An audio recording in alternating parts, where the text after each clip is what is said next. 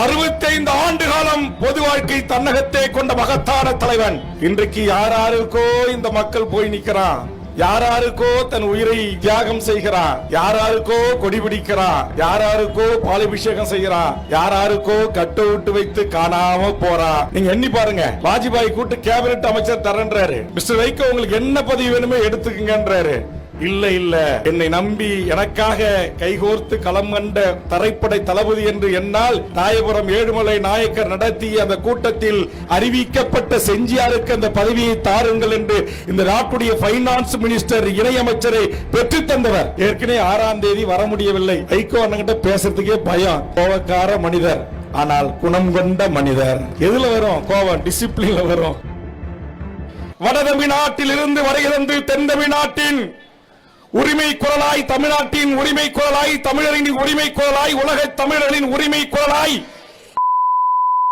சிறந்த விடுதலை போராட்டத்தை இந்த நாட்டுடைய ஆங்கில தொலைக்காட்சிக்கும் ஆங்கிலத்தின் நாடாளுமன்றத்திற்கும் எடுத்துரைத்த மகத்தான தலைவன் அண்ணன் வைகோ அவர்களை பாராட்டி மெய்சிலிருத்திருக்கிறேன். ஒரு தலைவன் 82 வயதில் 65 ஆண்டு காலம் பொது வாழ்க்கை தன்னகத்தை கொண்ட மகத்தான தலைவன். இன்றைக்கு யாராருக்கோ இந்த மக்கள் போய் நிற்கிறான், யாராருக்கோ தன் உயிரை தியாகம் செய்கிறான், யாராருக்கோ கொடி பிடிக்கிறான், யாராருக்கோ பாலாபிஷேகம் செய்கிறான், யாராருக்கோ கட்ட விட்டு வைத்து காணாம போறான். ஆனால் இந்த நாட்டில் கொண்டாடப்பட வேண்டிய எங்கள் ஐயா நல்லக்கண்ணு, எங்கள் ஐயா பழ நெடுமாறன், எனது அண்ணன் வைகோ போன்றவர்களை கொண்டாட வேண்டிய தமிழ் இனம், போற்ற வேண்டிய தமிழ் இனம் என அன்புக்குரிய கருணாஸ் அவர்கள் இங்கு பதிவு செய்தார். ஒரு தலைவன்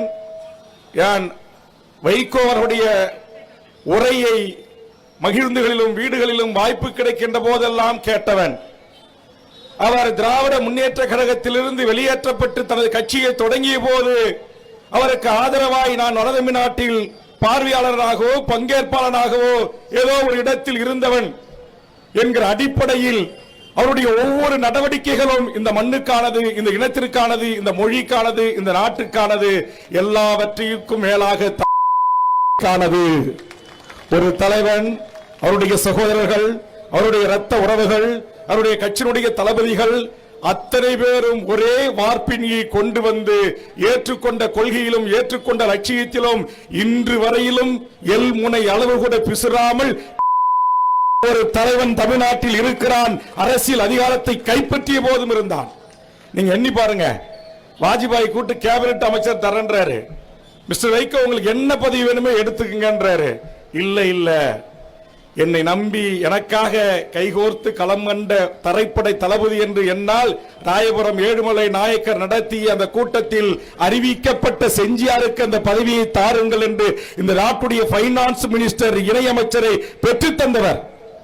தலைவர் கலைஞரிடத்தில் காரோட்டியாகவோ தேரோட்டியாகவோ இருந்த கண்ணப்பன் அவர்களை அழைத்து மத்திய அமைச்சர் பதவி தந்து அழகு பார்த்த தலைவன். நீங்க எண்ணி பார்க்கணும். கிடைக்கிற வாய்ப்பை தன்னை நம்பி வந்த தளபதிகளுக்கு தந்து அழகு பார்த்து ஒரு தமிழன். இன்னைக்கு அவரை பத்தி எத்தனையோ விமர்சனம் யாரோ பேசுறாங்க.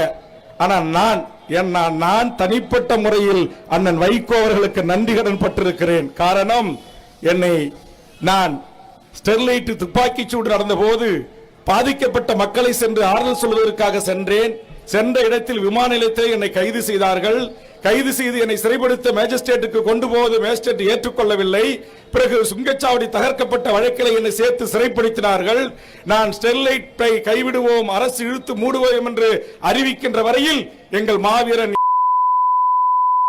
வழியில் ஒரு சொட்டு தண்ணி அருந்தாமல் 3 நாள் பட்டினி கிடந்த எத்தனையோ எங்களை நான் இருந்த ஒரு சாதிக்காக பாடுபட்ட கட்சியோ அல்லது நான் இருந்த அந்த கட்சியிலே 2ஆம் கட்ட தலைவராக உயர்த்தியவர்களோ என்னால் வளர்ந்தவர்களோ அல்லது நான் பணியாற்றிய பல்வேறு சமூக அமைப்பினுடைய பிரதிநிதிகளோ என் உயிரை பற்றி கவலைப்படவில்லை, என் உடல்நிலையை பற்றி கவலைப்படவில்லை.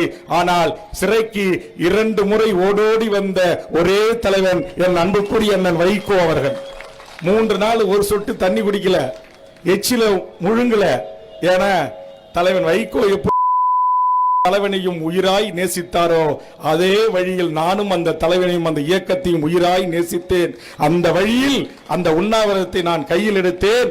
வந்து சொன்னார், விபி சிங் என்கிற மகத்தான தலைவன் வயது இன்னும் வாழ வேண்டிய காலத்திற்கு முன்பாக அவர் இறந்ததற்கு காரணம் தெரியுமா வேல்முருகா என்று கேட்டார். இதுபோன்று சிறுநீரகம் பாதிக்கப்பட்டதனால் தான் அவர் இறந்தார் என்று இன்னும் சின்ன வரலாற்று தலைவர்களை சொல்லி, நீ ஒரு சொட்டாவது தண்ணீர் அருந்தினாதான் நான் சிறையை விட்டு செல்வேன் என்று சிறை கண்காணிப்பாளர் முன்பாக அமர்ந்து என்னை அழைத்து கட்டி தழுவி ஆற தழுவி, உங்களை போன்று இளைய தலைவர்கள் இந்த மண்ணில் உருவாக வேண்டும். அப்போதே சொன்னார், எங்களுக்கெல்லாம் வயதாகிவிட்டது, அடுத்த நம்பிக்கைக்குரிய தலைவர்களாக நான் வேல்முருகனையும் திருமுருகனையும் பார்க்கிறேன் என்று மனதில் இருந்ததை அப்படியே வெளிப்படையாக பாராட்டி அங்கீகாரம் கொடுத்த தலைவன் அண்ணன் வைகோ என்ற நன்றி உணர்ச்சியோடு தான் தொடர்ச்சியா 1ஆம் தேதியிலிருந்து பயணம். கிருஷ்ணகிரி, தருமபுரி, சேலம், இன்றைக்கு கரூர், இன்றைக்கு இரவோட ஊட்டிக்கு சென்று காலை நிகழ்ச்சி. ஏற்கனவே 6ஆம் தேதி வர முடியவில்லை. வைகோ அண்ணங்கிட்ட பேசுறதுக்கே பயம். கோபக்கார மனிதர், ஆனால் குணம் கொண்ட மனிதர். எதுல வரும் கோபம்? டிசிப்ளின்ல வரும். நீ கூட்ட நிகழ்ச்சியா இருக்கலாம், தலைவரா இருக்கலாம், யாரா இருக்கலாம், அவருக்கு இது சரியில்லை, இது தப்பு, இந்த அவை நாகரிகத்திற்கு கூறியது இல்லை என்று சொன்னால் எவராக இருந்தாலும் அதே இடத்தில் கண்டிக்க கூடிய அந்த அன்பு நெஞ்சக்காரன் வைகோ என்கிற தலைவன்.